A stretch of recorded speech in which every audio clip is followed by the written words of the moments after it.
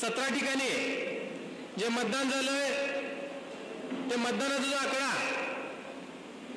आणि निवडणुकीमध्ये वोटिंग झालेला आकडा याच्यामध्ये तफावत दाखवतोय. काही ठिकाणाला मतदान हे कमी झालंय तर 76 ठिकाणाला मतदान जे मतदान आहे त्यापेक्षा जास्त झालंय. म्हणजे मतदानाचा आकडा हा सरासरी येत नाही. यावरून असं लक्षात येतंय की कुठंतरी ईव्हीएम मशीनचा घोळ चालू आहे आणि मतदानाचा आकडा बरोबर येत नाही. यामध्ये जे उमेदवार उभा राहतात त्यांचं जर मतदान चोरीला गेले असं वाटत असेल त्यात वावगं काही ठरणार नाही. कारण मी खासदारकीची निवडणूक लढलो, जिल्हा परिषदेची लढलोय, आता डॉक्टर शंकरदादा माने यांच्याबरोबर विधानसभेची निवडणूक माझ्या मतदारसंघातून लढलो आणि या ठिकाणी असं खरंच वाटायला लागले की आमचं कुठेतरी मतदान हे चोरीला जायला लागलंय, आमचं मतदान आम्हाला मिळत नाही. यामुळे या लोकशाहीच्या मार्गाने निवडणूक प्रक्रिया ही पार पडली किंवा नाही पडली याबद्दल प्रश्नचिन्ह आहे आणि यापुढे उभा राहायचं किंवा नाही असाही प्रश्न मनात आला.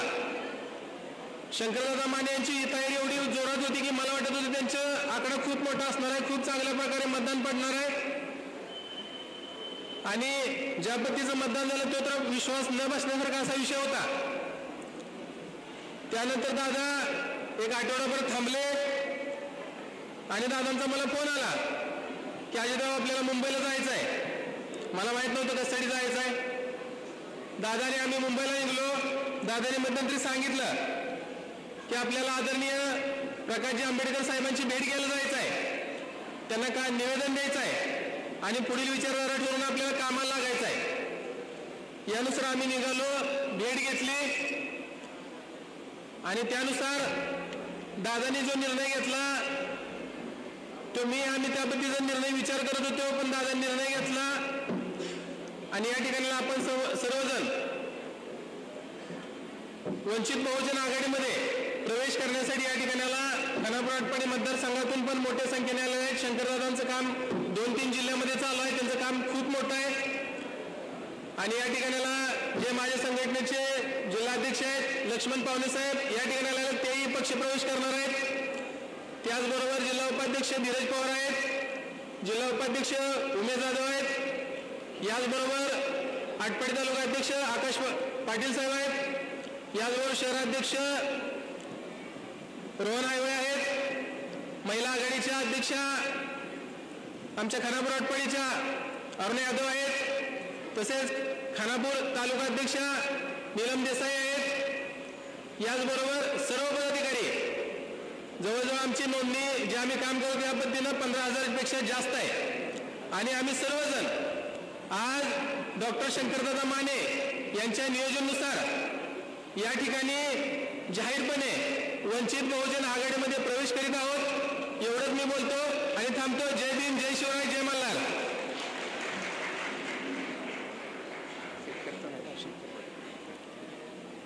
यानंतर आपण सर्वांना मार्गदर्शन करण्यासाठी सन्मान्य डॉक्टर शंकरदादा माने.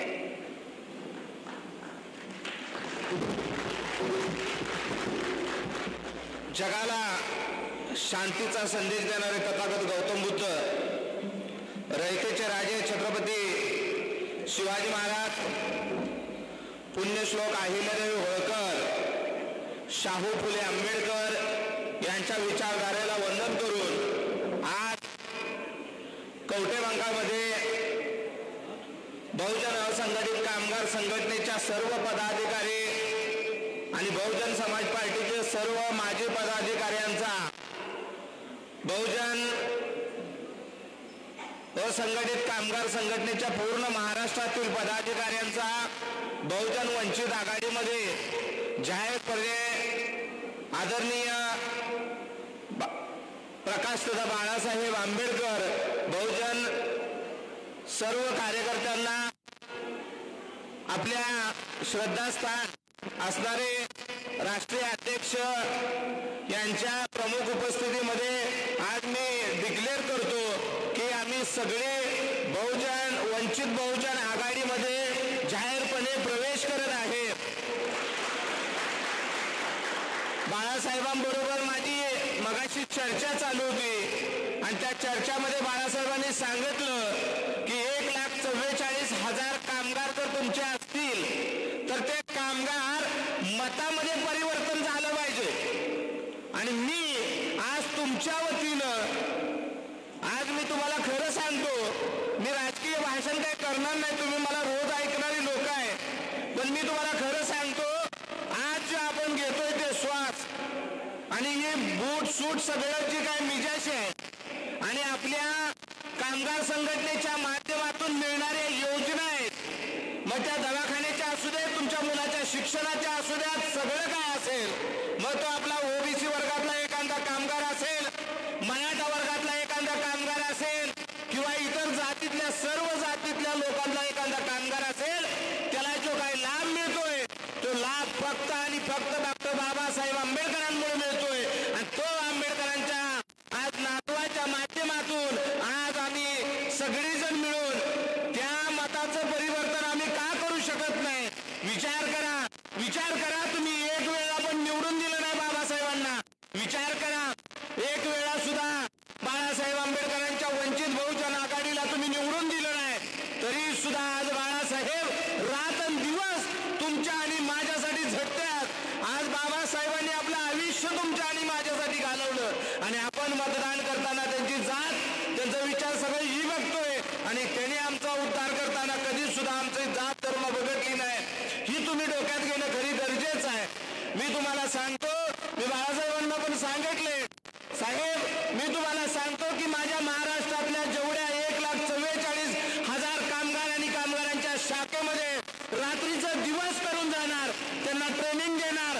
खऱ्या अर्थानं ज्यांनी तुमचा तुकडा खाल्ला, ज्यांनी बाबासाहेबांनी दिलेला हक्क अधिकार, या भारताचं संविधान, त्याचा वापर करून आपल्या स्वतःच्या आयुष्याची भरभराट करून घेतली, अशा सगळ्या बहुजन समाजातील लोकांना रात्रीचं दिवस करून एकत्रित करून त्यांना खऱ्या अर्थानं बाळासाहेबांसारखा एक नेता या महाराष्ट्राचा मुख्यमंत्री झाला पाहिजे, तरच आमचा उद्धार होईल. नाहीतर आम्ही विकायला लागलोय.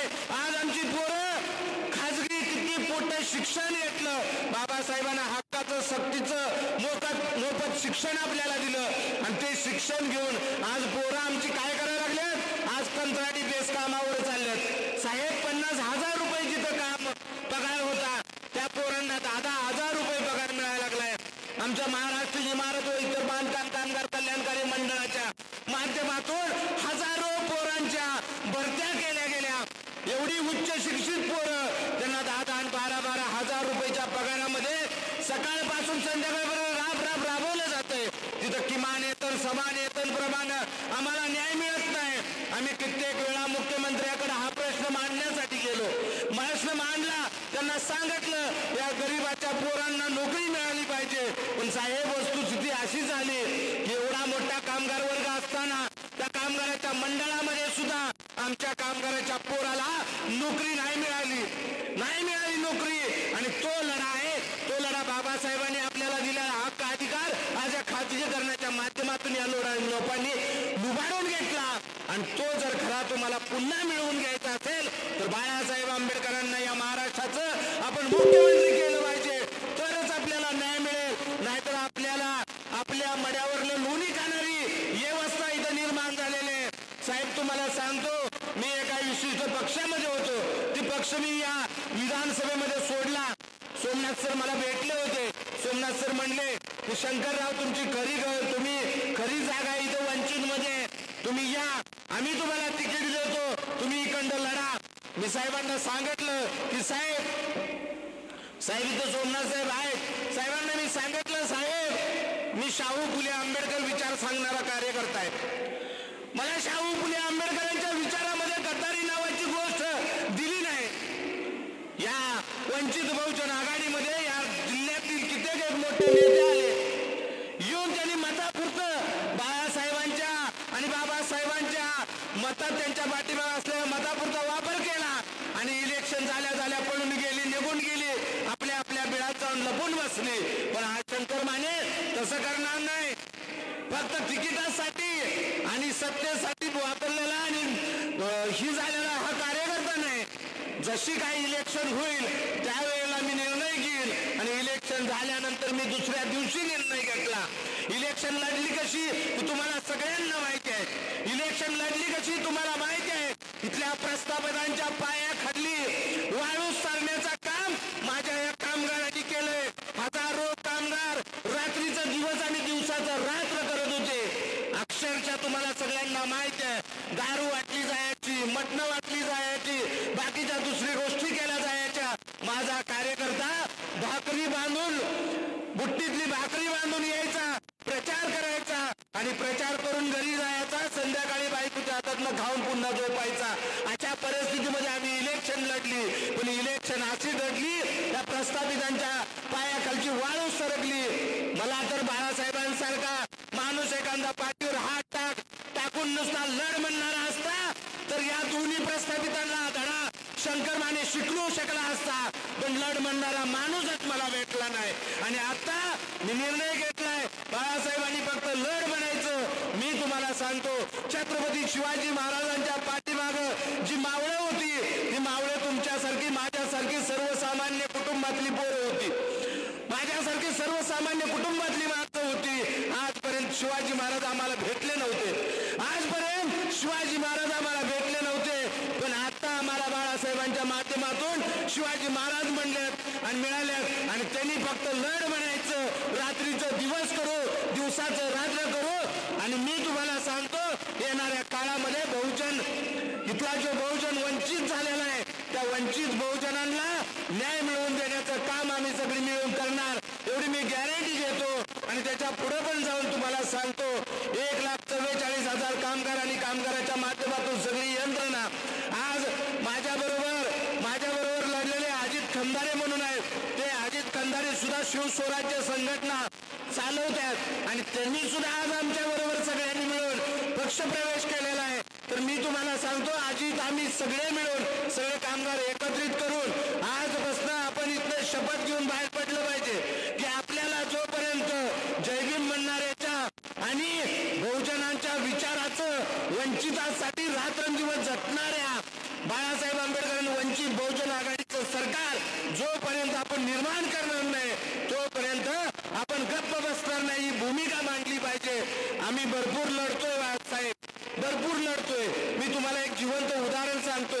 माझी मिसेस इथल्या वार्ड क्रमांक 1 मधनं नगरपंचायतला उभारली होती.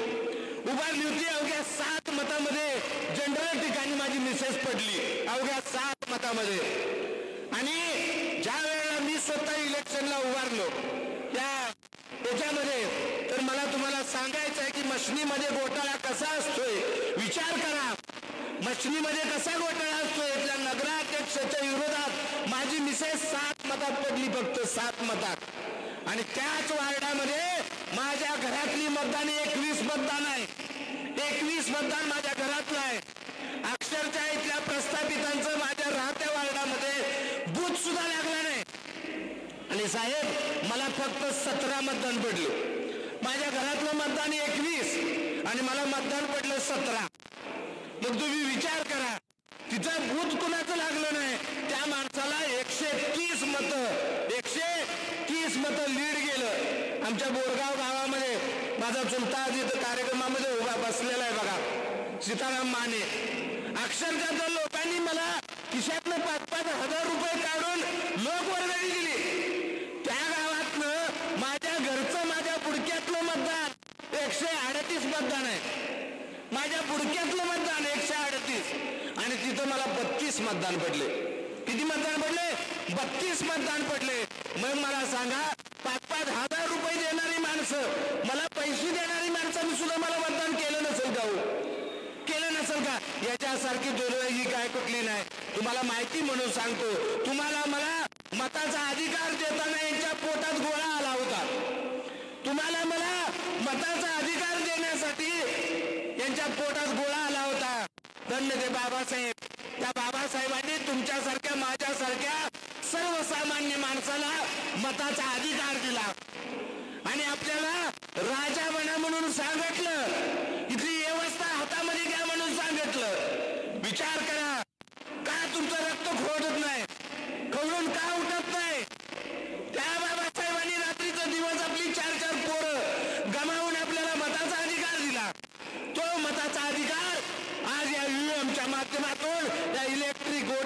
स्कीमच्या माध्यमातून चोरलं चाललंय. आज तेच मताचा अधिकार आपल्यातला हिसकावून घेतला चाललाय आणि तरी सुद्धा आपण गप्प बसलोय. आज बाळासाहेबांची प्रकृती एवढी खालावलेली असताना सुद्धा रात्रीचा दिवस त्याच्याबद्दल लढा लढत असतात आणि आपण त्यांच्या पोटाला जन्माला आलेली लेकरं बाबासाहेबांना म्हणतोय आम्ही आमचा बाप, त्यांच्या पोटाला आम्ही जन्माला आलो, त्यांच्या रक्तातला आम्ही, आणि तुम्हाला काय झालंय? तुम्ही सगळे शांत आहे. आज इथला तरुण शांत आहे. आज तरुण पेटून उठत नाही. काय उठत नाही? आज तुमची रात्री घरं सुद्धा काढून ज्यावेळेला घेतील त्यावेळेला तुम्ही शान होणार आहे का? ही खरी अभ्यास करण्याची खरी गरज आहे. शान व्हा, जागृत व्हा. मला लय जण म्हणायची साहेब तुम्ही राष्ट्रवादीमध्ये जावा, तुम्ही काँग्रेसमध्ये जावा, आता बीजेपीची सत्ता आहे, तुम्ही बीजेपीकडे जावा. आमच्या मतदारसंघातले आरपीआयचे नेते मला 50 वेळा बोलवायला लागले की तुम्ही इकडे या. मी म्हणलं तुमच्याकडे आलो तर मला कुत्र म्हणून बसायला लागेल, वास घ्यायला. तुम्ही मला तुकडा टाकताय का आणि कुणाला टाकताय अशी परिस्थिती माझी निर्माण केली जाईल. अरे मी म्हणजे डॉक्टर बाबासाहेब आंबेडकरांचा विचार सांगणारा माणूस, मी राष्ट्रवादी काँग्रेस आणि बीजेपीच्या दावणीला कधीही जाणार नाही. कारण बाबासाहेब काँग्रेसला तर जळतं घर म्हणायचे. तुम्ही 4 आण्याचं सदस्य सुद्धा या काँग्रेसचं होऊ नका असे बाबासाहेब म्हणायचे. आणि मग आम्ही जर तिथे गेलो तर येणारी पिढी आणि येणारे दिवस आम्हाला माफ करणार नाहीत, आम्हाला माफ करणार नाही याची जाणीव आहे आम्हाला. आणि म्हणून आम्ही माझे सगळे या जाती धर्मातील लोक, माझे सर्व पदाधिकारी, आम्ही सगळे 2 महिने एकत्रित बसून विचार केला. सगळ्यांना विचारलं काय करायचं, तर म्हटले पक्ष पहिला सोडायचा नाही. पण मी ज्या दिवशी सोमनाथ साहेब म्हणलं की आपण वंचित बहुजन आघाडीमध्ये जायचं आहे त्यावेळेला म्हणले ठीक आहे दादा मग जाऊया. पक्ष सोडायचा म्हणलं माझी लोक म्हणायला लागली विरोध करायला नको नको नको, पक्ष सोडायला नको, आपलं कसलं गुटकं गटका असू दे, आपला असू दे म्हणायला लागली. पण मी वंचित बहुजन आघाडीचं ज्या वेळेला नाव घेतलं त्यावेळेला मात्र माझ्यापेक्षाही उत्साहानं काम करणारी माझी लोक झाली. मी हे सगळं जे काय तयार केलं, या साहेबांनी तारीख दिल्यापासून जे रात्रीचा दिवस करून माझे सगळे नवीन कार्यकर्ते इथं सगळ्यांनाही केलं. एका एका गावात जाऊन बोर्ड लावले, एका एका ह्याच्यात जाऊन गेले. तुम्हाला माहिती म्हणून सांगतो, ते मराठा समाजाचे पाठीमागचे आमचे मराठे साहेब आहेत, आमचे वडील समाजाचे मागचे ते जालिंदर मोहिते साहेब आहेत. अशा सगळ्या एक सुद्धा बौद्ध समाजाचा साहेब तुम्हाला खरं सांगतो, तो आमचा अमोल आहे नावी समाजाचा, त्याला एकदा विचारा तुम्ही, तुम्हाला तो चांगला ओळखतोय, त्याला विचारा. माझा एकही कार्यकर्ता, आता एक माणूस फक्त एक सोडला तर एकही कार्यकर्ता मारा मागायचा नव्हता. सगळे ओबीसी, सगळे मराठा, सगळे वंचितचा झेंडा घेऊन ज्या वेळेला गावागावात फिरत होती त्यावेळेला ती लोक म्हणायला लागली की यांचं काय आहे बघा. आणि मी तुम्हाला खरंच सांगतो, आमची लोक तर कधी पण जागे होतील, पण आता इथल्या ओबीसीने जागा झालं पाहिजे. बाबासाहेब म्हणायचे की ओबीसी से हुआ शेर है, अगर वो जागा हो जाए तो या भारताचं सरकार सुद्धा निर्माण करू शकतोय. म्हणून ओबीसीने पाठीमागं राहिलं पाहिजे, इथल्या धनगरांनी पाठीमागं राहिलं पाहिजे. साहेब मी तुम्हाला सांगतो, माझी आई धनगर समाजाची आहे. आमच्या मामाला पण सांगितलं मी, मामा म्हणलं हो आता तुझं ती सोड सगळं आणि चल म्हणलं. अक्षरशः तुम्हाला सांगतो, माझ्या मामानं पण मला सांगितलंय की आता आपण वंचित बहुजन आघाडीचं काम करूया म्हणून. इकडं आमचा बौद्ध समाज, इकडं आमच्या आईकडं धनगर समाज, आम्ही सगळा रात्रीचा दिवस करून एकत्रित करू. आणि धनगरांना जर इथं खऱ्या प्रमाणात आरक्षण पाहिजे असेल तर कुठला मोदी, कुठला फडणवीस, कुठला इथला काँग्रेस, राष्ट्रवादी, पवार बिवार तुम्हाला कोणीही आरक्षण देऊ शकत नाही. फक्त तुमचं मतदान घेऊ शकतोय, फक्त तुमचं मतदान. तुम्हाला जर आरक्षण पाहिजे असेल तर बाळासाहेब आंबेडकरांना या महाराष्ट्राचं मुख्यमंत्री बनवा. तुम्हाला आरक्षण काय, तुमची मुलं इथं कलेक्टर, बॅलेक्टर अशा उच्च पदावर जर नाही गेली तर मला सांगा. कारण आजपर्यंत तुम्ही लोकांनी आम्हाला चान्सच नाही दिला. ज्या दिवशी आम्हाला चान्स मिळाला त्या दिवशी बाबासाहेब आंबेडकरांनी एवढं सुंदर असं या भारताचं संविधान दिलं आणि त्या संविधानामध्ये ओबीसीला, इथल्या जनरलला, इथल्या महिलांना जी काय हक्क अधिकार दिले ते तुम्हाला आम्हाला चान्स मिळाल्यानंतर कशा पद्धतीचे मिळाले, तुम्हाला कसे मिळाले की लवकरच जिवंत उदाहरण आहे. म्हणून मी तुम्हाला सांगतो, आता आपल्याकडे 5 वर्ष आहेत. 5 वर्षानंतर आपण जास्तीत जास्त प्रमाणात येणाऱ्या काळामध्ये वंचित बहुजन आघाडीचं काम करायचं आणि काम करून आपण वंचित बहुजन आघाडीचं सरकार बनवायचं आहे. बनवायचं का? बघा साहेबांना मी तुमच्या वतीनं शब्द देतोय, बनवायचं का सरकार? आपल्या इथं 8 विधानसभा आहेत. 8 विधानसभेमध्ये वंचितचा झेंडा फडकला पाहिजे. फडकणार का? फडकणार का? हात वर करून सांगा, फडकणार का? बघा इथंच थांबतो. सगळ्यांना माझा क्रांतिकारी जय भीम.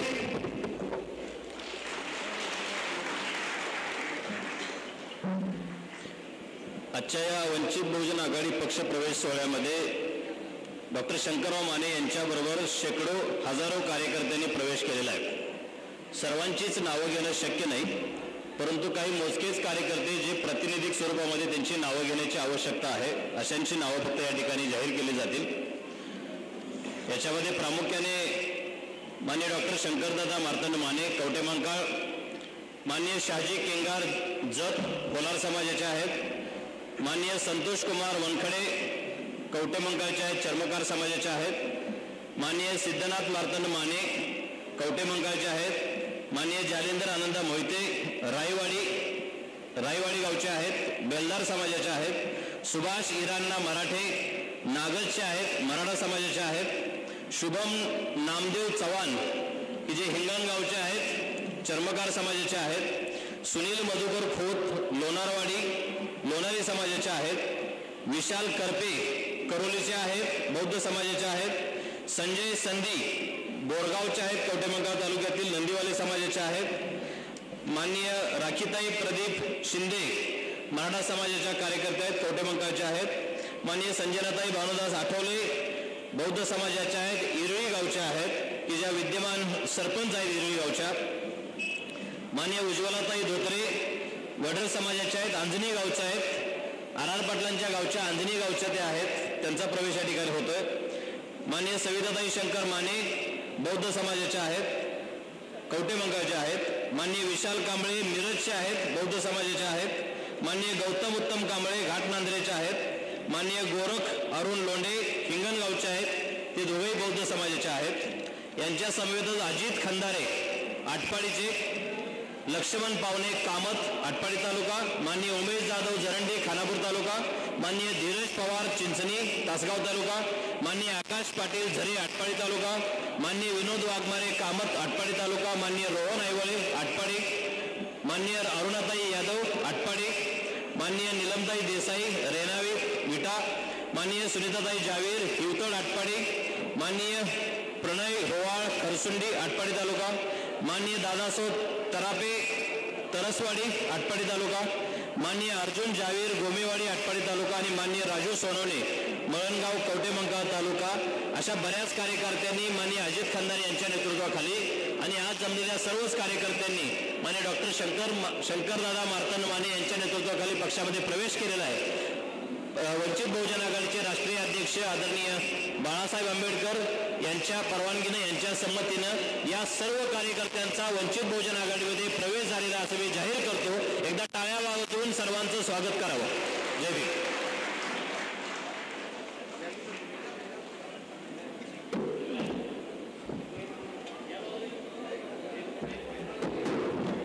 बहुजन असंघटित कामगार संघटनेच्या वतीनं आणि संपूर्ण कवटेमंकाळ तालुक्यातील आज वंचित बहुजन आघाडीमध्ये प्रवेश करणाऱ्या कार्यकर्त्यांच्या वतीनं आदरणीय बाळासाहेबांचा सत्कार या ठिकाणी केला जातोय.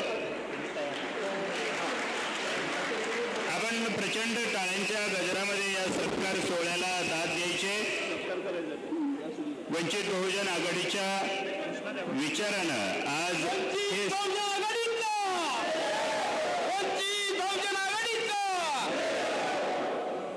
धन्यवाद. यासोबत श्रद्धेय बाळासाहेब आंबेडकरांचा आदरणीय बाळासाहेबांचा सत्कार या ठिकाणी केला जातोय. त्या सन्मानाचा स्वीकार आदरणीय बाळासाहेबांनी करावा अशी विनंती आहे.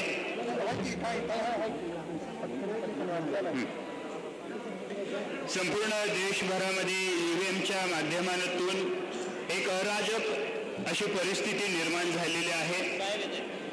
याच ईव्हीएम हटाव आणि देश बचाव आणि वंचित बहुजन आघाडीच्या या सर्व कार्यकर्त्यांचा पक्षप्रवेश सोहळा आणि याच सर्व कार्यकर्त्यांसाठी जनजागृती सभेला संबोधित करण्यासाठी वंचित बहुजन आघाडीचे राष्ट्रीय अध्यक्ष तुम्हा सर्वांचा बुलंद आवाज सन्मान्य ॲडव्होकेट प्रकाश तथा बाळासाहेब आंबेडकर आपल्या सभेला संबोधित करतायत. आपण प्रचंड टाळ्यांच्या गजरामध्ये आदरणीय बाळासाहेबांचं स्वागत करायचं आहे.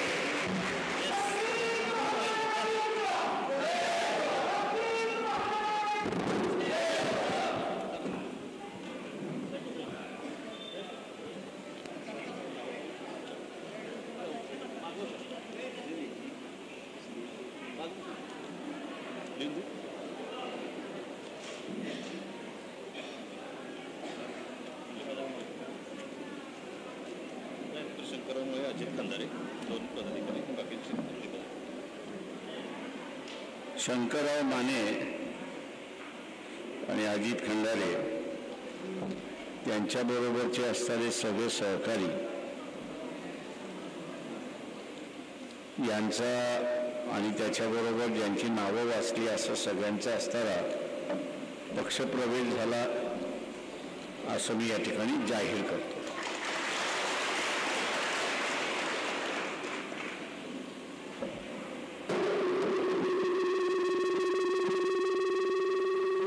आवाज झाला हा नाही तर आवाज घुमतोय.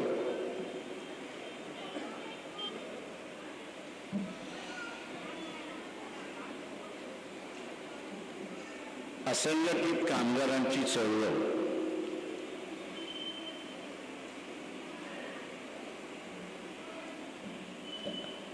आणि ह्या कामगारांचा प्रश्न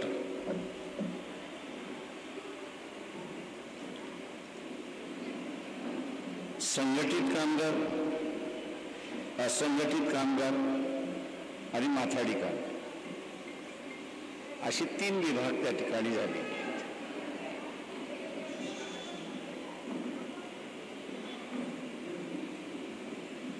पूर्वी फक्त संघटित कामगारांचा कायदा म्हणजे एका ठिकाणी जे काम करायचे, कंपनीमध्ये काम करायचे अशांचा असणारा कायदा होता आणि तो कायदा 1946-47 साली डॉक्टर बाबासाहेब आंबेडकरांनी त्या ठिकाणी सुरुवात केली. बाबासाहेबांवरती बरीच पुस्तकं आहेत, नाही असं नाही, पण कामगारांसाठी केलेलं कार्य जे आहे याचा फार कमी उल्लेख असतो.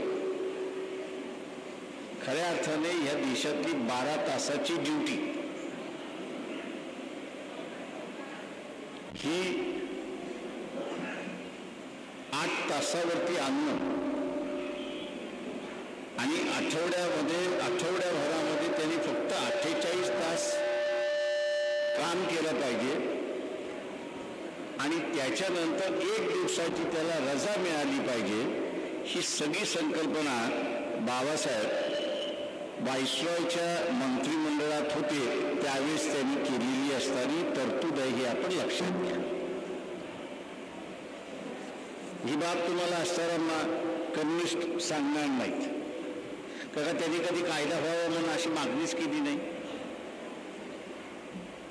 12 तासाचे 8 तासाचं कामावर यावं याचं त्यांनी कधीच त्या ठिकाणी केलं नाही. किंवा आरोग्याचा विषय असेल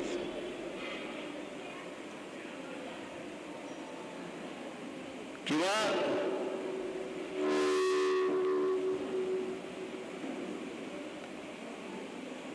त्याला पेन्शन मिळाली पाहिजे, त्याला बोनस मिळाला पाहिजे,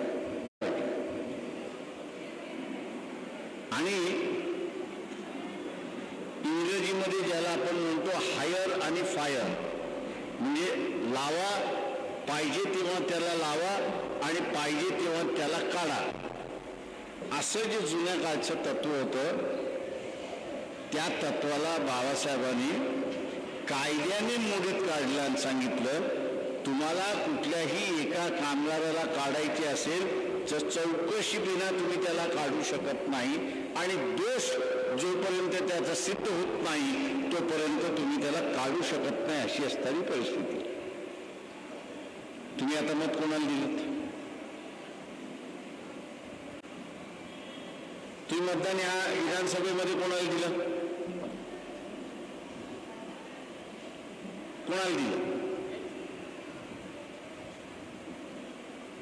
लाजायचं नाही. तुम्ही मतदान केलं की न केलं? केलं ना. कोणाला केलं? हा, बोलू दे तुम्हाला हात लावायची गरज नाहीये. हात पुढे घेऊन बसा. भित्रे माणूस नाही बनवायचा, धीट माणूस बनवायचा. मग तुमच्यासारखी भित्री बसली ना तर बीजेपी वाले डोक्यावरती बसतात. कोणाला मतदान केलं तुम्ही सांगा बरं? कोणाला केलं? भारतीय जनता पक्षाला केलं ना. त्या भारतीय जनता पक्षाचा जाहीरनामा जो आहे तो वाचलाय का? तुम्ही स्वतःचेच दुश्मन आहात.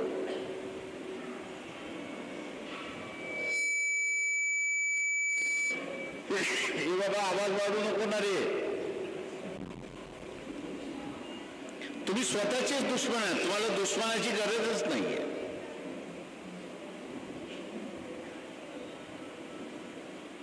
याच भारतीय जनता पक्षाच्या नाम्यामध्ये असं म्हटलंय की आत्ताचे असणारे कामगारांचे कायदे, industrial dispute act, minimum wedges act, किमान वेतन कायदा, हे आम्ही सगळे रद्द करणार आणि आठवडाभर काम. काय रे, कशाला हात लावतोय त्याला? ओ मास्तर, बाजूला वा तिकडनं, चला. काय डायरेक्शन देत बसू नका. ज्याच्यात कळत नाही त्याच्यात डोकं घालू नका.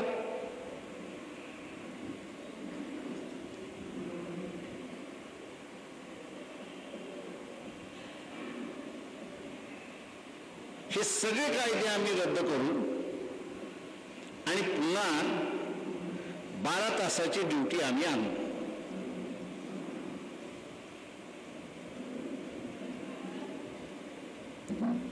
म्हणजे उद्या 12 तासाची ड्युटी आल्यानंतर जिंदाबाद मुर्दाबाद कोणाचा? भारतीय जनता पक्षाचा. अरे नालायकांना, तुम्हाला लाज वाटली पाहिजे की जिंदाबाद मुर्दाबाद करत असताना सत्तेवरती तुम्हीच त्यांना बसवलंय ना.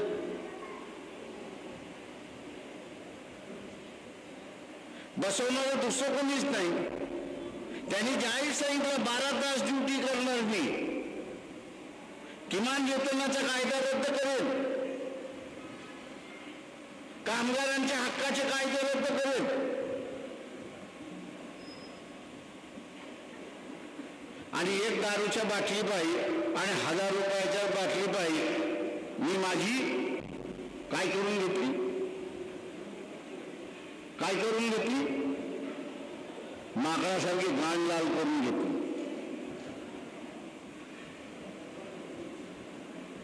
कारण तुम्हाला आता शिव्या घातल्याशिवाय दुसरा मार्गच नाहीये की स्वतःच्या अधिकाराची जपवणूक ते सुरक्षित करण्याच्या ऐवजी, ते शाबूत राखण्याच्या ऐवजी एका दिवसाच्या मटणासाठी आणि एक दारूच्या बाटलीसाठी मी सगळं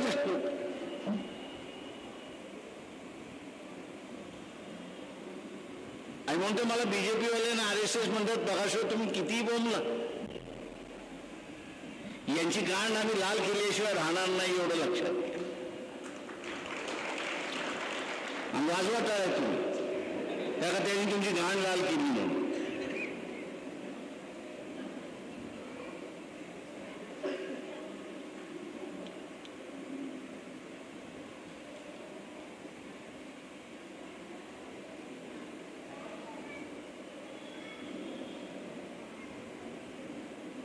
काय मी असंघटित कामगार आहे. या असंघटित कामगाराचा अधिकार काय? मानेसारखे अनेक कार्यकर्ते आहेत की जे लढले सरकार विरोधात. या असंघटित कामगारांचं जीवन सुखाचं समाधानाचं जावं. तो आज ह्या ठिकाणी कामाला आहे, उद्या त्या ठिकाणी कामाला आहे, उद्या त्या ठिकाणी कामाला आहे, त्याची आपल्याला माहिती मिळत नाही. आणि शासनाबरोबर भांडून मेडिकलची सोय कशी होईल, मुलगा शिकत असेल तर त्याला स्कॉलरशिप कशी मिळेल याची असणारी सोय केली. या असंघटित कामगाराला स्वतःचं घर बांधायचं असेल तर ते घर बांधण्यासाठी त्याला असणारा निधी कसा मिळेल.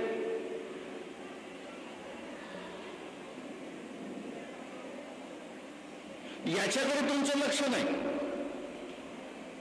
तर लक्ष कशाकडे? ते इलेक्शन मधल्या मटणाकडे आणि दारूच्या बाटलीकडे.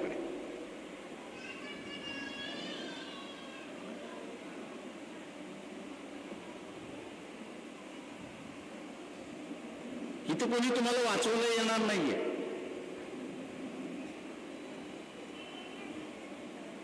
आता मला शेतकऱ्यांच्या असणाऱ्या आंदोलनामध्ये बोलवलं होतं, तुम्ही त्याला म्हणते मी येणारच नाही. ते म्हणलं आमचं आता कोण राहिलेलं नाही. म्हटलं मी काय त्याच्यात तेवढ्यासाठीच राहिलो का म्हटलं. म्हटलं तुम्हाला लाज वाटली नाही की मतदान देताना की ज्या काँग्रेसकडे, ज्या BJPकडे, ज्या NCPकडे तुम्ही असताना किमान अंमलबजावणीचा कायदा,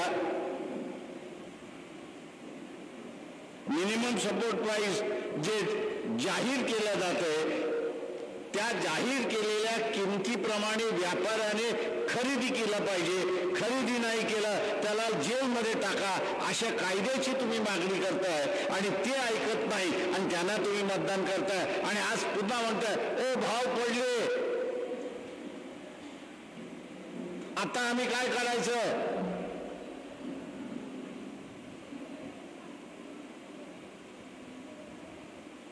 माझ्यासारखा म्हणतो पडलं तर पडू दे. ज्यावेळेस आम्ही सांगण्याचा प्रयत्न आपल्याला करतो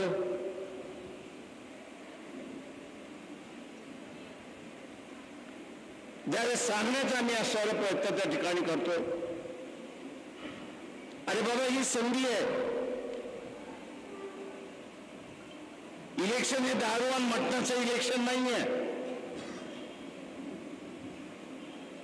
हे स्वतःच्या उद्याच्या पिढीचं सुरक्षिता करण्याचा असणारा कारभार आहे.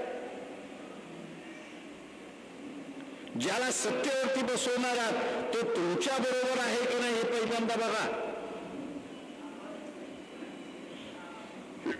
नाही तर तुमचं जीवन उद्ध्वस्त करणारा आहे त्याच्याबरोबर तुम्ही जाणार आहात.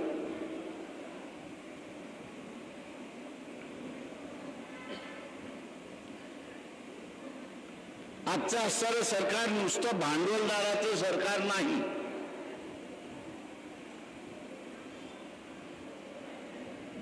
आजचं सरकार हे भांडवलदाराचं सरकार नाही.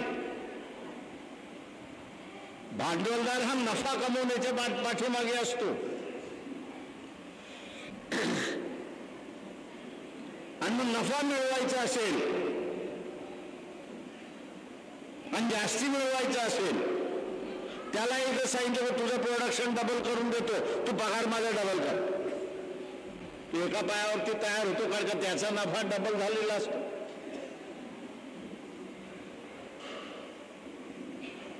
हे भारतीय जनता पक्षाचं सरकार नुसतं असताना भांडवलदाराचं सरकार नाही.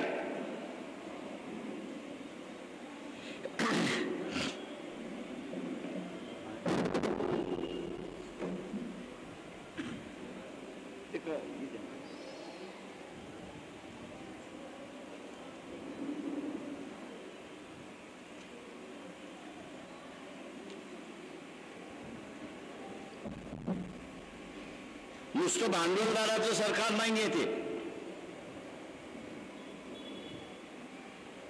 तर त्याला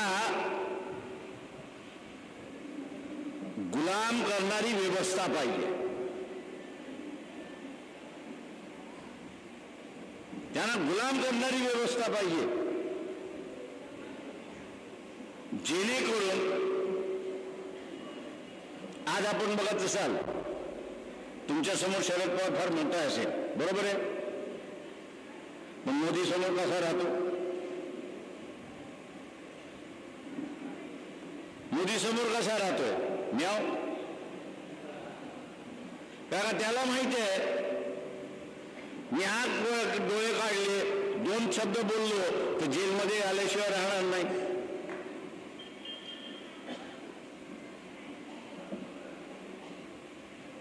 तर त्याला माहिती आहे त्याचे संबंध दाऊद इब्राहिमशी आहेत, आणि दाऊद इब्राहिम हा असताना मुंबई ब्लास्ट मधला पहिला आरोपी आहे. तर तो आतमध्ये गेला, हाही आतमध्ये गेला.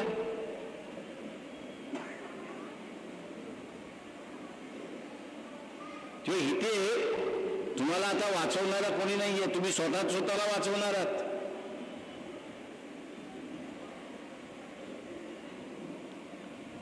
तुम्ही आता स्वतःलाच स्वतः वाचवणार आहात, दुसरं कोणच नाही. आणि स्वतःला वाचवायचं की नाही वाचवायचं ठरवायचंय तुम्हाला. स्वतःला वाचवायचं असेल तर एक गोष्ट तिथे शिकली पाहिजे. एक गोष्ट ती असताना शिकली पाहिजे, आणि ती म्हणजे की माझ्या पक्षाशी सहमत कोण आहे, माझ्या प्रश्नावरती लढतंय कोण, आणि माझ्या बरोबर उभा कोण राहतोय, हाच माझा खरा राजकीय मित्र. उरलेले सगळे माझे विरोधक आहेत हे मी असताना खुणगाठ बांधली पाहिजे.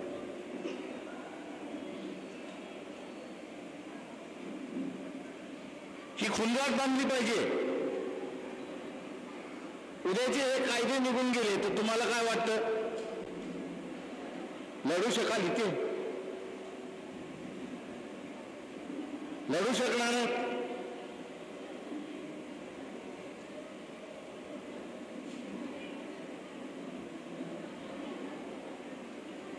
जे जे लढू शकतील त्यांनी हात वरती करा, मला बघू द्या कोण कोण लढू शकतो ते.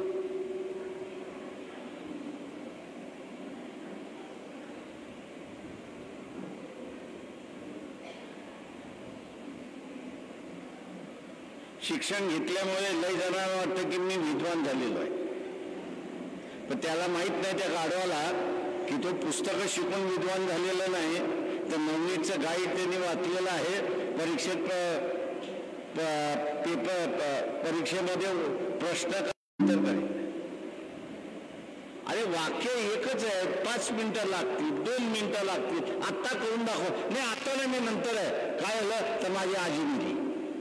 आणि म्हटलं मिळत कधी आला तुला? तुला निरोप आला कधी?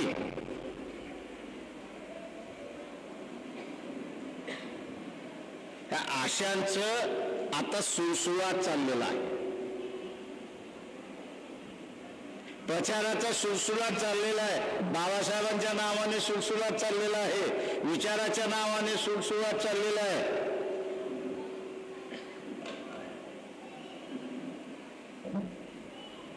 ते सोमनाथ सूर्यवंशी विचार पोलिसाच्या मारहाणीमध्ये दगावलं गेलं. आता तो लॉंग मार्च काढल्यानंतर त्या सोमनाथ सूर्यवंशीला न्याय मिळणार आहे का?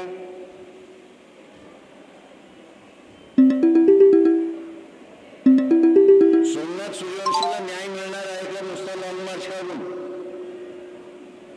हे लक्षात घ्या, ही असणारी बाजारबंदी आहेत. हे सुपाऱ्या घेऊन काम करणारी माणसं आहेत.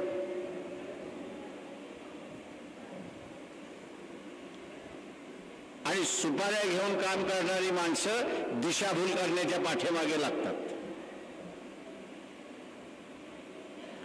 अरे एखाद्या कोणाचा असणारा खून झाला तर पोलीस स्टेशनमध्ये जावं लागतं, FIR दाखल करावा लागतो, आरोपी कोण आहे त्याची नावं द्यावी लागतात आणि नंतर मग पोलिसाच्या विरोधात आंदोलन तगार, ह्या आरोप्याला पकडतो की नाही अगोदर सांग, त्याच्याकडचे असणारा हत्यारं तू घेतोस की नाही सांग, त्याच्याकडचा असणारा सगळा पुरावा जमा करतो की नाही सांग, कोर्टामध्ये घेऊन जातोस की नाही सांग, आणि कोर्टाला सांगितलं फास्ट ट्रॅक कोर्टवरती असणारं घेऊन घे आणि या पुराव्याच्या आधारे त्याला सजा द्या. ती नाही मागणी करायची.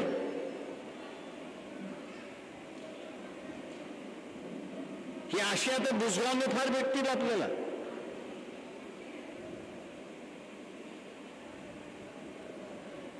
ही अशी बुजगावने तुम्हाला बरीच मिळतील, दिशाभूल करणारी बुजगावने मिळतील.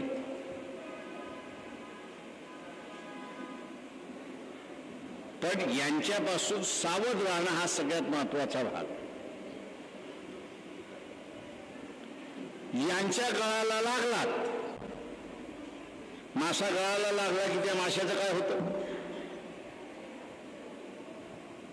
गळाला मासा लागला त्या माशाचं काय होतं?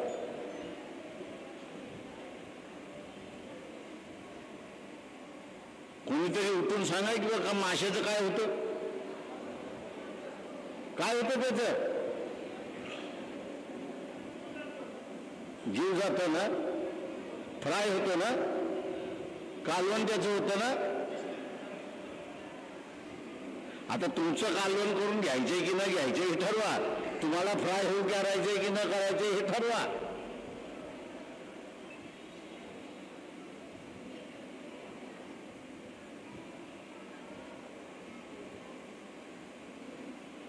आणि मग जिथे जिथे असंघटित कामगार आहे, या सगळ्या असंघटित कामगारांना माझं असणारं आव्हान आहे, तुमचं असणारं 15-15, 20-20 जणांचं टोळकं उभं करा. त्याचा एक प्रमुख करा.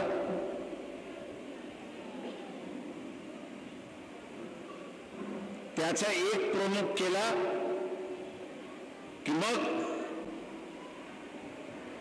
संघटनेशी आपण असणारं जुळलात आणि संघटनेच्या ऑफिस बरोबर आपण त्या ठिकाणी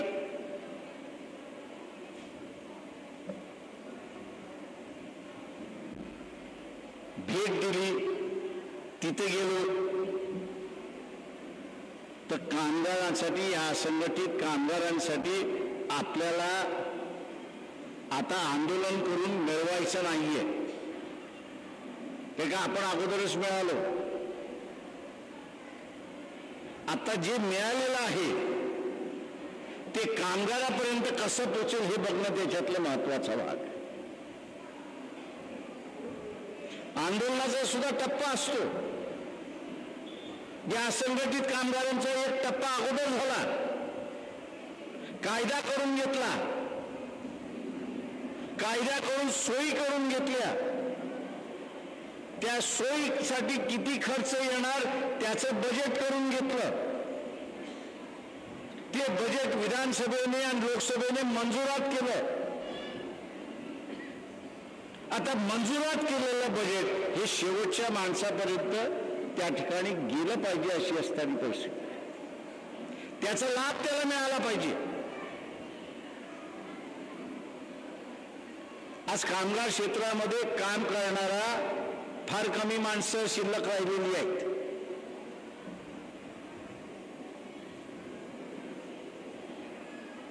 फार कमी माणसं शिल्लक राहिली आहेत. याचं कारण सांगतो. दत्ता सामंत यांच्या असणाऱ्या प्रचाराला एकदा मी गेलो.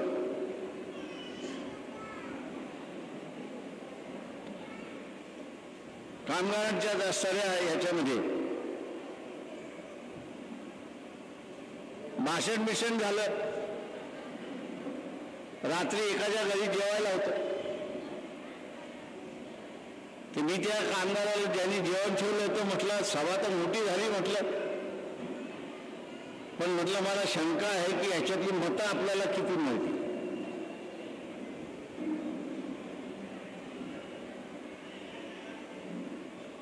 तो कामगार काय म्हणाला माहितीये, तो म्हटलं साहेब 10% सुद्धा मतं मिळणार नाही. मी त्याला म्हटलं का, काय नाही तुम्ही आणि दत्ता साहेबांना आमच्यासाठी भांडताय हे आम्हाला माहिती. दत्ता साहेबांमुळे आमचा पगार वाढ होतो, आम्हाला नोकरीच्या ठिकाणी त्रास होत नाही.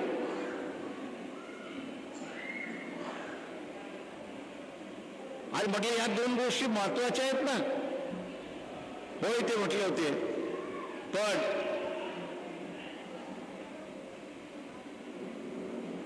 आम्हाला असं वाटतं की शिवसेना जिंकली पाहिजे.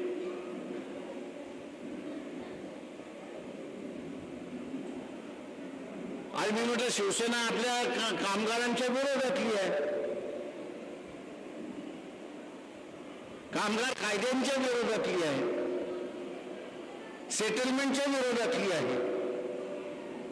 आणि तुम्ही कामगाराच्या विरोधात असणाऱ्या संघटनेला मतदान देणार? ते म्हटले होय साहेब आम्ही देणार.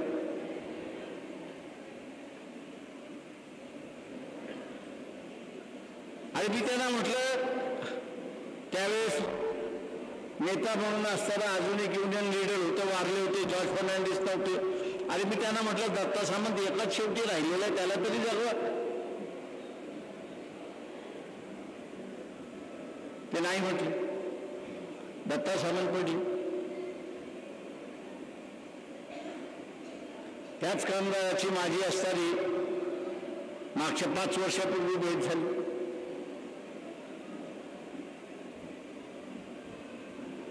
आता कुठे आहात तुम्ही?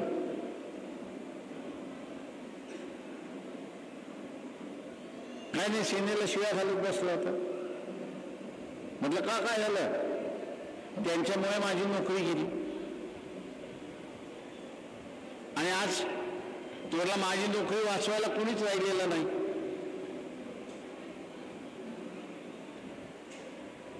आम्ही तुमचं त्यावेळेस ऐकलं असतं तर कदाचित एक कामगार नेता आम्ही जिवंत ठेवला असतो.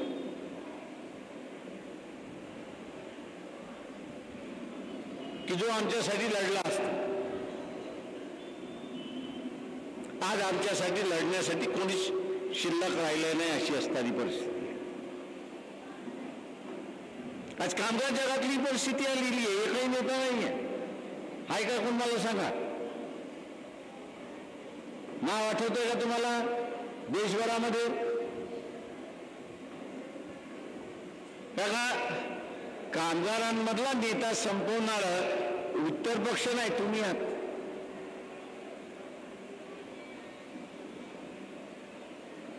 कशाला महत्व द्यावं आणि कशाला महत्व देऊ नये हेच तुम्हाला कधी कळलं नाही.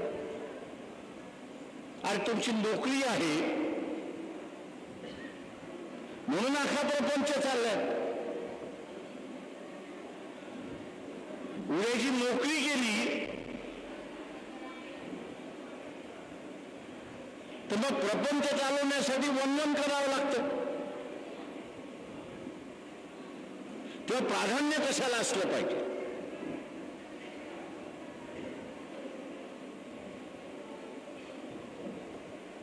माझं प्राधान्य कशाला असलं पाहिजे तर माझ्या जगण्यासाठी ज्या आवश्यक गोष्टी आहेत, शिक्षण हे आवश्यक आहे, घर असतं हे आवश्यक, उत्पन्न असतं हे आवश्यक, शांतता राहणं हे असतं आवश्यक आहे.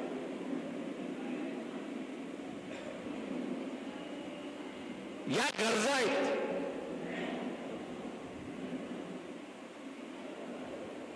आणि या गरजा असल्या तर आपण असताना आनंदीत जगतो. त्याच्यामुळे नोकरी आली, मग ती खाजगी असेल, प्रायव्हेट असेल, कुठली असेल.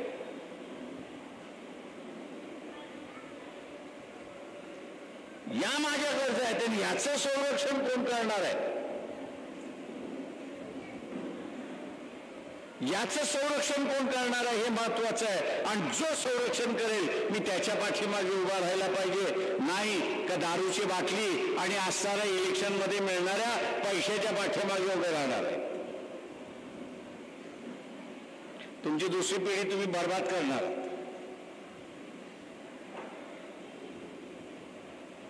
आज मी जसं म्हटलं की असंघटित कामगाराच्या मुलाला शिकण्यासाठी 2,500 2 लाख रुपये मिळू शकतात. उद्या ही सोयच राहिली नाही, तुम्ही प्रयत्न करणार, पण त्याला समजा मेडिकलला एक्झामिनेशन मेडिकलला त्याला असणारं ऍडमिशन मिळालं आणि त्या मेडिकलच्या ऍडमिशन मध्ये 70 लाख भर तर तुला ऍडमिशन आहे, आणू शकतात. त्या पोराच्या आयुष्याची बर्बादी कोणी केली? स्वतःच्या पोराच्या आयुष्याची बर्बादी कोणी केली? स्वतःच केली. ते दुसऱ्याला दोष देण्याचं कारण काही आहे का? जे मिळालं ते मी टिकू शकलो नाही, जे मिळालं असतं मी टिकू शकलो नाही, अशी असणारी परिस्थिती आहे.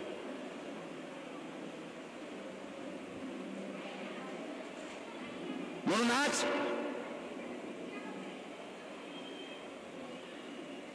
संध्याकाळी 6 नंतर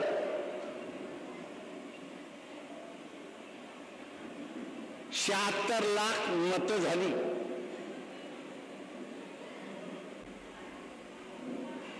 मतदान ज्या वेळेपर्यंत आहे त्याच वेळेपर्यंत तुम्ही मतदान करू शकता.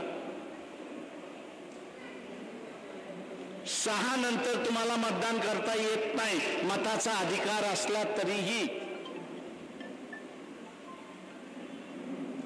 एक तरी राजकीय पक्ष, एक तरी राजकीय पक्ष वंचित सोडून की बाबा हे 76 लाख मतदान कसं झालं याचा आम्हाला खुलासा करा. कुठल्या राजकीय पक्षामध्ये हिंमत आहे का? तो राहुल गांधी असेल, येड्यासारखा बडबडत बसतो सभागृहामध्ये.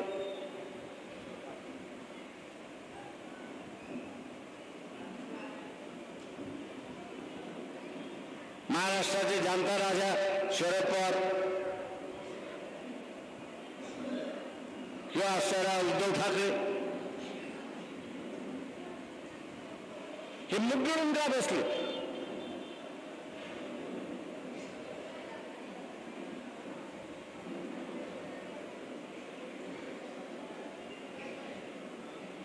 काही बातम्या आल्यात का यांच्या संदर्भातल्या? त्या बातम्यांकडे तुम्ही असं लक्ष देणार आहात की न देणार?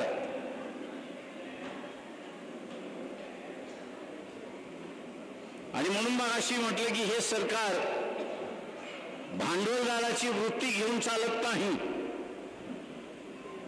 तर हे गुलामीची वृत्ती घेऊन या ठिकाणी चाललेलं आहे. आणि इथल्या सगळ्या पॉलिटिकल पार्टीजना ते गुलाम करायला निघालेले आहेत आणि जो कोणी गुलाम व्हायला तयार नाही त्याला जेलचा रस्ता दाखवायला तयार आहे.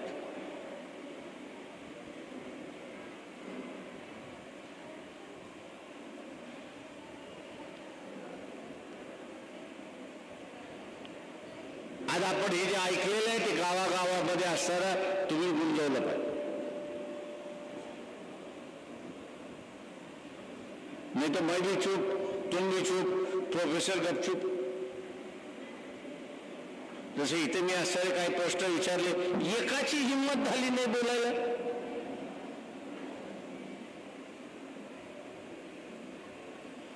तुमच्या सगळ्यांच्या चुली त्या मोदीमुळे चालतात का रे? हा की स्वतःच्या हिमतीवरती चालतात. तुमच्या ज्या चुली पेटतात त्या मोदीमुळे पेटतात की तुमच्या साऱ्या कमाईवरती चालतात. मग घाबरताय कशाला? तुम्ही चोऱ्या केल्या, कोणाला तरी मारले, तुम्ही असं ड्रग विकता, काय विकता? नाही करत असेल तर भीता कशाला?